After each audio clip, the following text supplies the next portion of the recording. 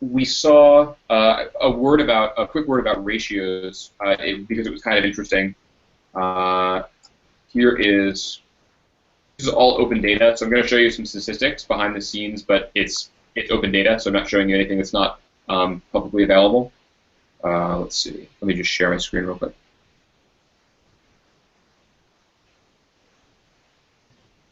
Okay. Can you see that? Yeah. Okay.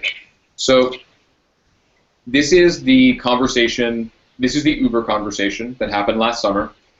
You can see that 1,600 people voted and only 100 commented. And this is what we see in every single conversation. It's 10 to 1.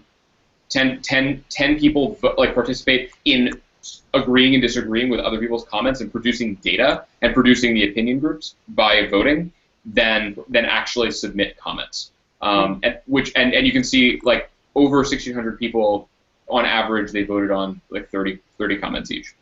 Oh, hold on, let me. It still shows me as screen sharing, but Patrick lost me, so I'm going to restart it. Oh. Let's see. Patrick, do you have that back now? Oh, okay. You know what? I'm not seeing it on mine, but if Bianca sees it, then it's probably getting recorded. Yeah, I can see it. Okay. So what's interesting about those numbers is that an enormous amount of, if you look at like the activity, take a look at the number of comments that are submitted, 195, versus the total number of votes cast, which is about 30 votes per person for 1,600 people, which is 46,000 votes. 46,000 times that someone hit agree, disagree, or pass.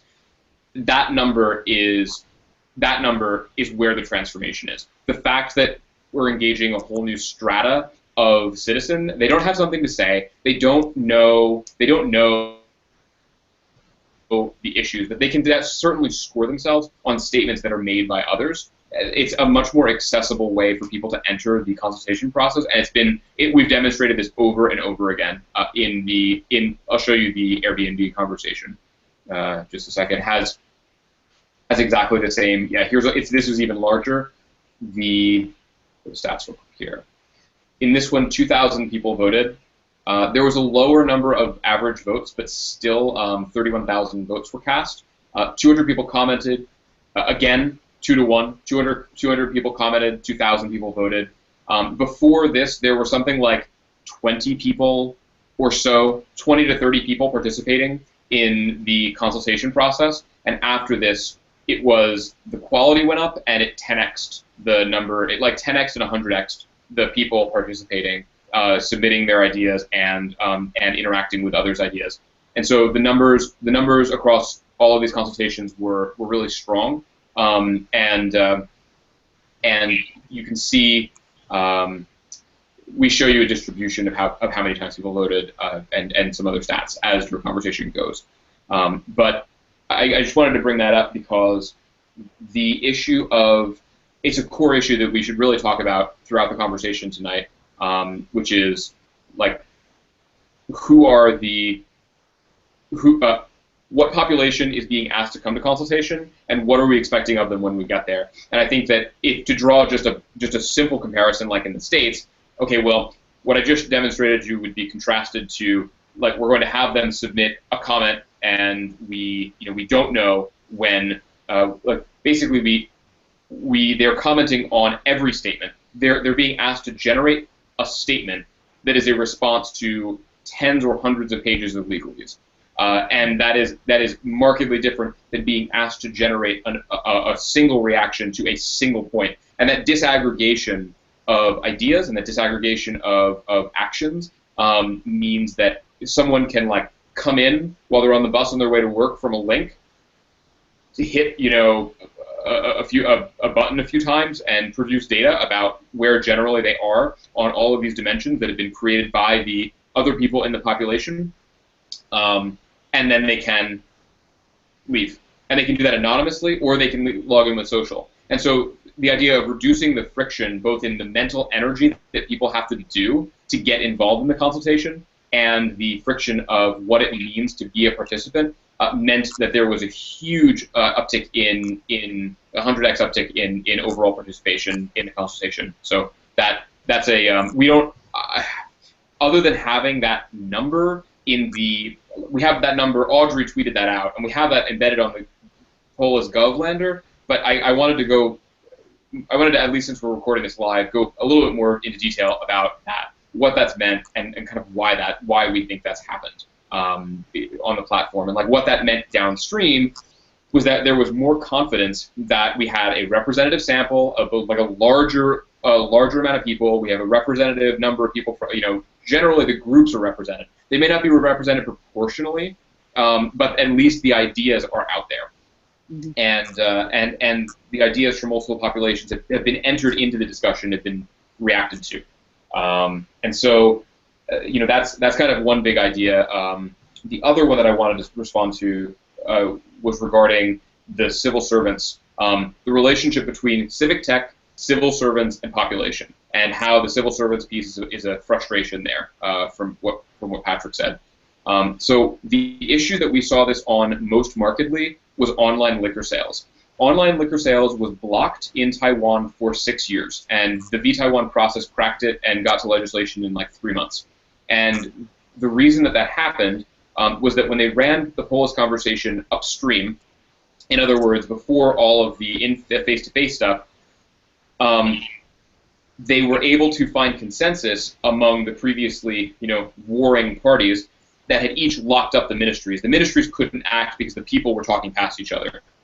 When the people stopped talking past each other, then the ministries were freed up to act, and then things kind of decalcified and things could move on. And that was a very exciting kind of interplay, and really, to make it very concrete, the civil society, Mothers Against Drunk Driving, that kind of interest group, was saying statements like these. We don't want to allow online liquor sales. We don't want to make it easier for people to get liquor. We want to focus on prevention and prevention programs. We're not doing that enough. And so that was like generally the platform. The other side was saying things like, this is not going to make it any easier for people to get it than walking to the corner store. This is not going to change things, in that way. And what's very interesting is that these two groups completely agreed on these fundamental points. They had been talking past each other for years, but the civil society groups that were saying, they agreed that they did not think it was going to be any easier. They didn't actually think it was going to increase alcoholism. They did want to focus on treatment programs. The other side completely agreed that there needed to be more focus on treatment programs. There had been previously no point at which they said those things and mutually agreed on those things. And so when some thousands of people got together, and it was clear that both groups were in the space, and it was also clear that both groups fundamentally agreed on those points, it was a breakthrough for the whole issue. And that freed up the ministries to actually take concrete action and move forward on that. And that was a huge. I see that as actually probably that was, I think, the most exciting thing. And the outcome was attacked on Facebook. There was someone who had said like, oh, the person who did the consultation doesn't even drink, and it was like basically just like being sarcastic and snippy about the whole process. People from both sides of the issue jumped on them and said like, everything you're saying has been brought up in the consultation. The consultation was completely fair, and like people from both sides both attacked people who were attacking the process on Facebook, and that was like extraordinary because even though they disagreed fundamentally, they moved forward in a way that all sides could get around, I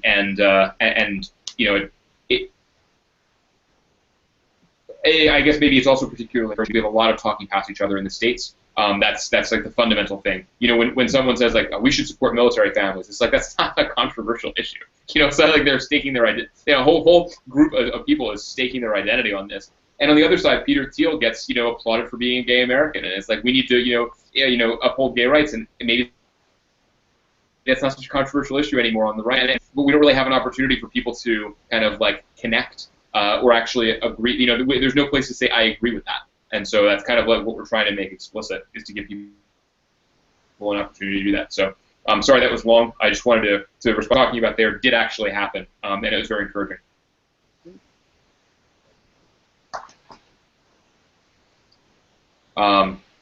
So Patrick, if either of you have any questions on that, that's cool. I'm happy to answer. Otherwise, I can go on to talking about platform stuff. And Yeah, I'm Yeah, down. no, I think platform stuff would be amazing, even if just for rewatch value after this. Because that you're talking about all these things, I'm like visualizing it because I spent some time digging through and trying to understand the UI and knowing how what you're saying applies to it. But just for anyone else watching, it probably would help to have the basis. Let's do it. Okay, so here's what Polus is and how it works. So I'm going to go to a conversation here that we use for demos, and I'm going to paste the link in here for you. And so what I'd like you to do is, and both of you, if you would do this along with me, you've probably heard of the concussion crisis in the United States. Football? Yeah, football. Yeah. Yep. Okay. So it's a big, hairy, multidimensional issue, and so we've put this out in our social network and put it on our lander for a little while to get people in, so that I could, we would have a nice multidimensional data set to show. And so here it is. So what I'd like you to do is go ahead and take maybe 2 minutes here. If you're watching at home, you can click on the link and do this too, and go ahead and agree or disagree at past with statements that have been written by others, and you'll see in the visualization below that your dot is going to move closer towards people that voted like you did. So as you agree and disagree and pass on statements above, in the visualization below, your dot, which is the blue dot, and if you sign in with social, you'll see your face in that dot, which you should do, and I recommend, because then you'll get a real sense of it. Your dot will move closer towards the group and eventually pop into a group that voted like you are voting. Generally, not on every issue, but in a general sense, and that's where the AI, that's where the brain of Polus is. The data set that this produces, since this is up here, it'll get a little bit wonky, since you can skip over this if it's too technical. But what's happening here, and I'll draw it. Here's a blank piece of paper. So what you have here is you have every comment, and you have every comment along the top by every person. Okay, so you have all of these comments by all of these people, and there are something like 50 comments in the conversation, and there are something like, I don't know, 400 people in the conversation. So you have a matrix that goes 50 in this direction and 400 in this direction. And at any given slot, any participant may agree, disagree, or pass with any one of these statements. And so this is what we call a highly dimensional space. There's a huge number of combinations of how that matrix could be filled in. And that's generally the complexity of trying to go to the movies with friends. If you go, you and one other friend, you have 2 agreements. If you go with 3 people, right, you have this person, and this person. You have 3 agreements. If you have 4, you now have, it's geometrically more complex, right? You have 1, 2, 3, 4, 5, 6, and then if you add it, you don't have 4 agreements. You actually have 6. And then if you go to, 5 people, you have a geometrically more complex set of agreements that have to happen. Does this make sense? Yeah. That as you increase the complexity of the matrix, of that matrix that I just showed you, of what all the possible comments are. Think of it like movies. Every possible movie, we're going to ask 3,000 people what movie they want to go see. It's all the movies on Netflix, by every single person, and we're going to try to agree on a movie, right? And so this is a very, very complicated task for humans. And so you've got all these statements, and you've got all these people, and what we're doing is the computers are good at looking at matrices and producing meaning, and that's the math. That's what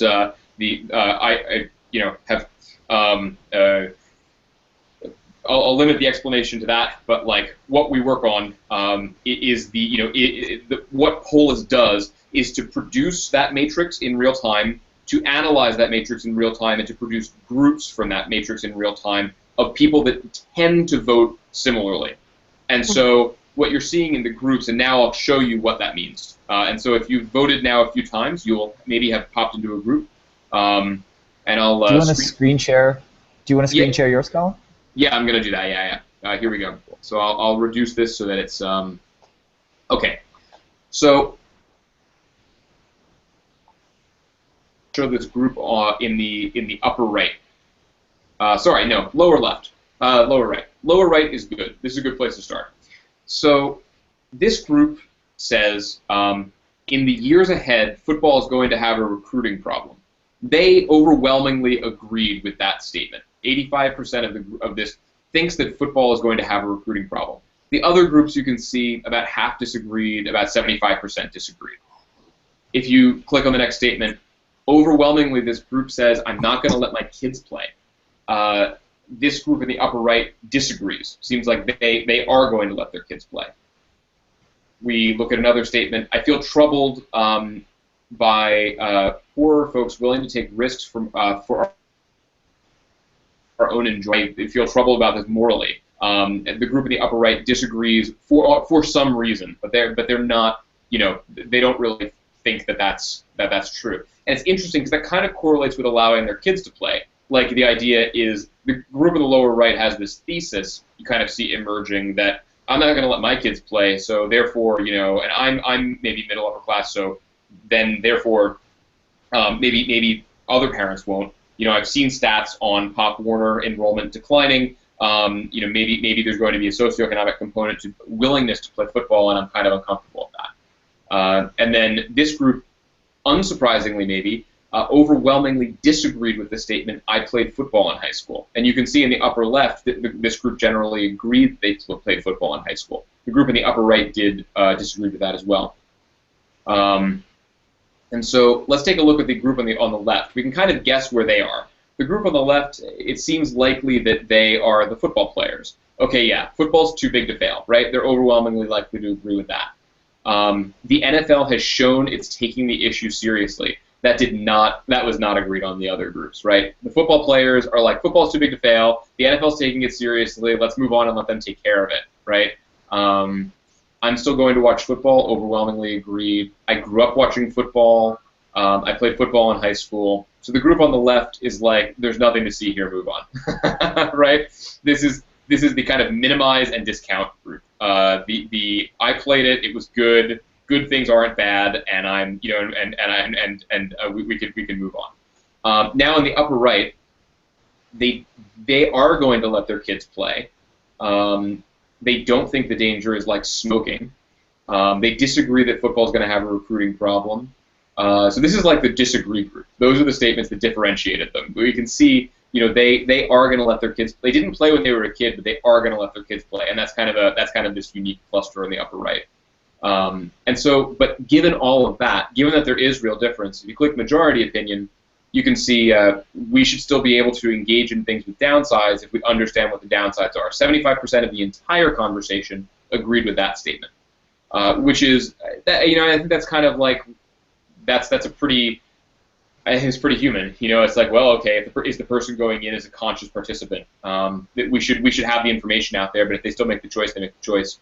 Also, pretty overwhelmingly, generally agree that 70% that safety equipment isn't going to fix this. That it's going to be harmful to people. It's going to be injury prone, and we're not necessarily going to get over this. That the monetary incentives are going to continue to attract people. That was generally agreed on.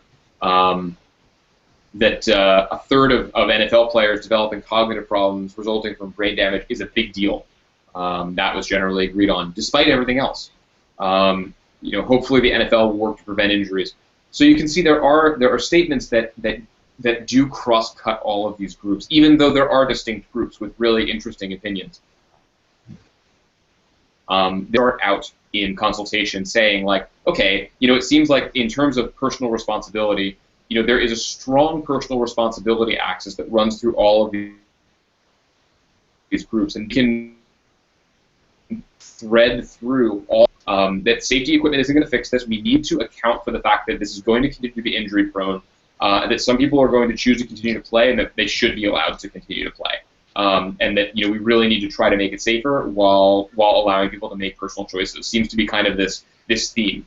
What I'll emphasize is that all of the statements that are in here either were comments that I found online. I found maybe like 10, 15 comments at the beginning, and put into the conversation anonymously by using seed comment. That's something really important that you should do if you're starting a conversation. You should seed comments, because when someone shows up, it'll just be an empty box. And as we know, most people don't. Most people want to vote. They don't want to comment. And so, if there's 10, 15 things for them to agree on, the first people hitting the conversation will be able to produce data for you, and that's good. So go find some comments on the internet or statements exist, or identity statements like I'm male, I'm female, I work downtown, I work in the suburbs, whatever is appropriate to the theme of the discussion, and then some opinions like I'm generally in favor of this proposal. Put some stuff in there people will say, and then at least some people will hold those opinions. They won't have to restate them, and you'll kind of get that. You'll get some stuff in there. But the statements then, the rest of the statements, were created by people putting in their statements. And so this is kind of another way to think of this. One way to think of this is a survey that is created by the people taking it. And that's I think that's a really interesting way to think of it, because if we think of how we survey populations, we generally don't. These are some very interesting statements. We might have asked, we might have thought to ask people, did you play football in high school? I don't know. I mean, maybe that's a really interesting thing that came out, that someone submitted, I played football in high school. Someone put it in. They thought it would be interesting. And I think it's interesting that they thought it was interesting and relevant. And they kind of, maybe like they wanted to know where everyone stood on that. And so to surface that information in the population, just so they could become more conscious, someone dumped that in. And then as everyone agreed on it, it revealed that in the population. And it's kind of neat to kind of see that demographic data as people are willing to share it. They can pass, of course. But if they are willing to share it, then whatever the population itself is interested in and whatever they think is relevant is part of what emerges. And that might be very surprising. What emerges may be very surprising to the powers that be. And the agenda setting power being in the population then is quite powerful, because they decide what the axes of consideration are. And the other thing I'll emphasize, besides the fact that all the dimensions were created by people, is that you can do this without the visualization. You can do this where all of the where people don't see this. All that's necessary to using Polus is having statements here. They don't even have to come from people. They could just be a bunch of statements that are put in. Could be like a bunch of statements from people in government that you want to see what their reaction is. All you really need is this little box right here that does the agree, disagree, pass. That's it. And then the other, but as part of that, this happens because of people agreeing and disagreeing, passing. The visualization, the insights, like all of this stuff isn't something you have to do to get anything from it. Kind of happens magically as the conversation unfolds, and it happens in real time, so everyone can watch the conversation kind of move and take shape, and like the bubbles will pop around and and change and kind of come together and then move apart. And in the future, we will be doing more with this. We just need to get people. We're really focusing on distribution now rather than adding features, because it's kind of to a point where like it's a next step, but there are a lot of next steps to this. And so I also thought maybe it would be interesting, since this is being recorded, to talk a little bit about where we think this is going. Is that okay? Would that be? Yeah. Okay. Cool. So I haven't really talked about this much in public yet, but it's exciting to talk about. One thing. Oh, hold on. It just said I'm going to restart the screen share. It just said Patrick ended my presentation. So fine, Patrick. Okay. So one thing that we're going to do is allow people to drill down into these groups. So when you click on a group, it's like, okay, fine, you identified two groups. You identified liberals and conservatives, right? Here's another conversation. Here's a conversation that happened in Taiwan. It was 3,000 people. It's on the death penalty in Taiwan. And okay, fine, you identified pro and against. And maybe that's not, maybe that's like overall not that interesting, right? Because we kind of knew there was pro and against. And so if this is the pro group and this is the against group, then maybe what we really want next is to be able to click into this and then drill down and see like what are the subgroups that exist within pro and what are the subgroups that exist within anti. So that is one place that we think it would be interesting to take this interface to allow people to kind of dig down. And I would say that the original motivation for this is to allow people to become more conscious of the group, because in consultation, that's really why you show up in person, right? Like you want the people to modify their own opinions and kind of see like, oh, shoot, like, okay, that's not controversial. I thought that would be controversial, and it's not. And I thought everybody disagreed with me, they don't. Or I thought everybody agreed with me, but they don't. Or, oh, wow, I kind of learned something about that group that I didn't know much about before. And those are insights that we'd like people to have. We think they're peaceful, peacemaking insights, and that's why we visualized it. We wanted people to be able to kind of see where each other were, that in a longer timeline. Are you familiar with liquid democracy or the concepts of liquid at all? Okay, so what we're really what we're about to try, possibly over this winter, maybe as late as next spring, is since this is going advancing in Taiwan and it's going to move across the government more widely. We have it's been kind of it's been on our minds to have a profile page. So for every person that votes in a conversation, it's like, here are the conversations I voted in. Here's how I voted. Here are people that voted like this person across multiple conversations. And then if I have a profile page, who voted like I did across many conversations? Who am I ideologically like on agricultural policy? Who am I ideologically like on foreign policy? And like to kind of take these things, and then because it's a recommender engine, right, it clusters you with people that are like you ideologically on a lot of dimensions with enough data to be able to say, would you like this? Would you like to defer your vote to this person when you're not voting? And then that is a very like baby step into saying we're going to gather this in a hierarchy. We have a hierarchy in place eventually where we can say, okay, I'm going to defer my vote in agricultural policy to someone that I know that follows that really closely, and he can have my agricultural token, whatever it is. However you kind of divvy up those topics or those dimensions, there is a logical step from what we're doing here to deferring your voting power or your agreement and disagreement power, because at least what you're saying, kind of in a stochastically at least, at least statistically, what you're saying is I agree with this statement, and there are like maybe 200 people who have given me their voting power. They are pretty likely to agree with this also. And so then if you can do that, and as that scales up, then you can kind of have these very well-informed people carry a little bit more weight in consultation. And so that is one. So first is allowing to kind of see subgroups. The second is allowing to see like people who vote like you, so that you can give them your voting power on issues that you feel less qualified to talk about. And then the third is that we're planning on doing crowd moderation, so to take the burden off of the moderators. So if you disagree with a statement, or if you pass unsure will become something like other, like flag for abuse or spam, or just say unsure. And then if you disagree, it'll say something like, it'll give you 3 other options related to that. It'll be like not factual, or etc., or emotional or whatever, or irrational. If you agree, it'll be like important or like mundane, something. These are not the actual words, but something to the effect of that will help surface important comments, take away spam, and try to get some of the burden of curation onto the people in the groups. And really, where we think that can go is to have groups moderate themselves, in the same way that it's rather inappropriate for a white moderator on the CNN website to be moderating a conversation among Black Lives Matter activists. It's really not appropriate for them to make the assessment like this doesn't belong, this statement doesn't belong, and this statement does. to try to bring the curation power out of the hands of the government into the hands of the population as well, because that's one of the sticking points right now is like the government has the power to moderate comment in and out.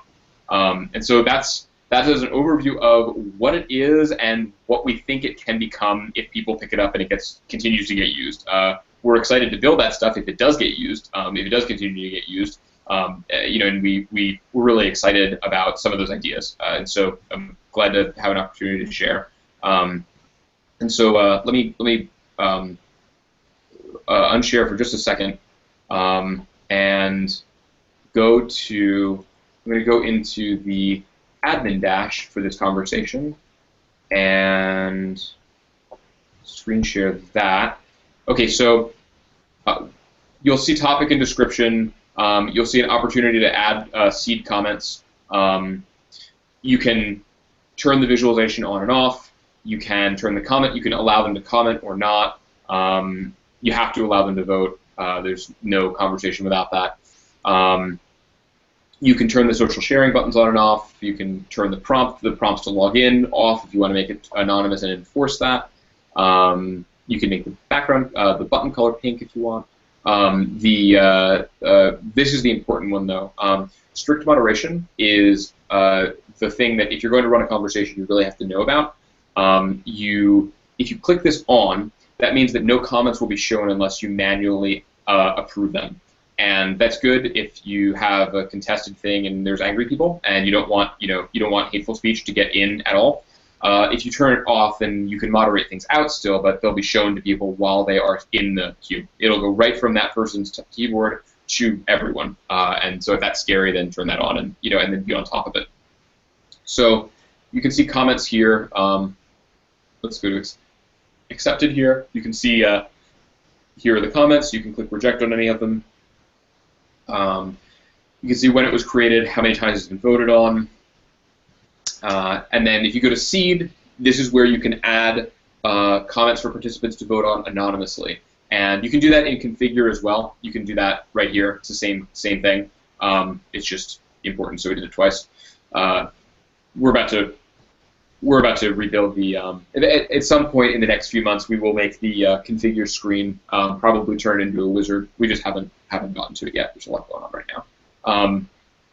But seed comment is where you can put a bunch of statements in that other people will see, and you can also seed a tweet. If you want to, you can paste in a tweet URL. It'll pull it into the conversation and pull in that user's avatar. So you can pull in like Barack Obama's tweet. It'll put him in the visualization, and then he'll move around into the group that agreed with that statement. And so he'll move around the visualization as if he was in it. And so you can put like politician statements or their tweets in. You could put like 30 politicians' tweets in, and then like let people vote on what they said, and then kind of see how it comes out.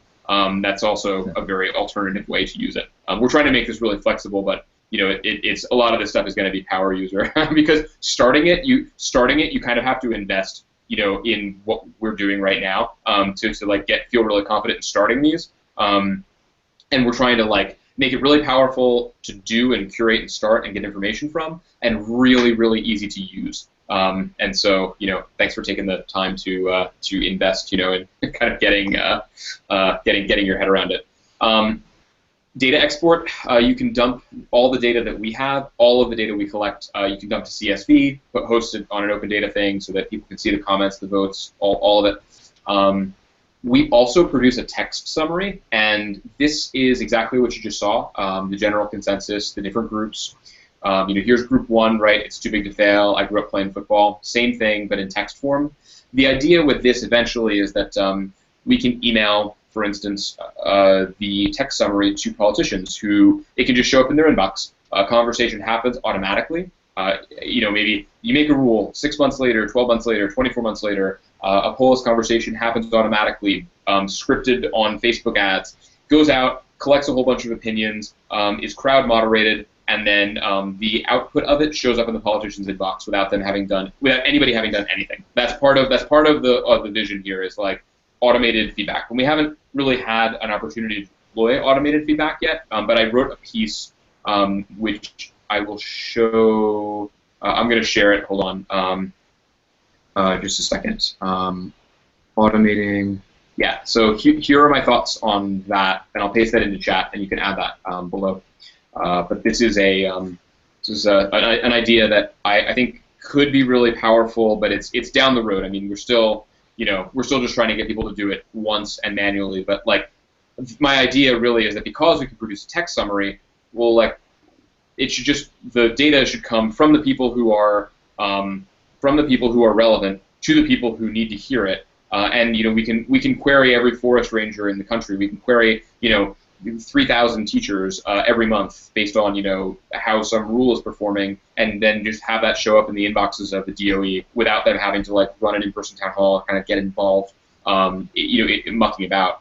I still think that, and so like, what I hope it makes, like, for people, Bianca, like you, who are doing this, is to just give you these tools to say, like, look, we're just going to fire feedback at you. We're going to fire really high resolution feedback at you all the time, and it's going to be way less expensive and way more frequent. But there will still be so many points of contact for setup, and like population identification is a huge one, and like kind of again where it slots into all these different processes. Like, for instance, maybe a conversation happens automatically, and then we automatically message and identify 3 or 4 people who are going to, from each group, who are willing to show up over Google Hangouts with you, and like email them all a link, schedule a time automatically with everybody, and then like the first time a human touches it, where the first time is like Bianca, sets it up, does population identification and Facebook ads. The whole thing runs automatically 6 months later, and then it like schedules a date with all of them, and you puts it on all of your calendars and says like, and then you're all in there, and you've been, a day beforehand, you've been emailed this text summary of like kind of where everybody was, and then you can kind of like go through that, get a transcript of what the what the in-person drill down was over Google Hangouts, and then take that transcript and email that to them as well. And then you've done that, and you've done it like maybe 40 times a year rather than 4. And so scaling this up and making it possible to do this with larger populations more frequently is a really big part of what we're hoping for, maybe in over a couple 2-3 years from now. Hopefully we have a couple examples of that happening. You can moderate the visualization if you have a senator show up, or a congressman or a mayor show up, and you want to make sure that they're shown. You can feature them so that everyone will see that they are in a group and that they're participating.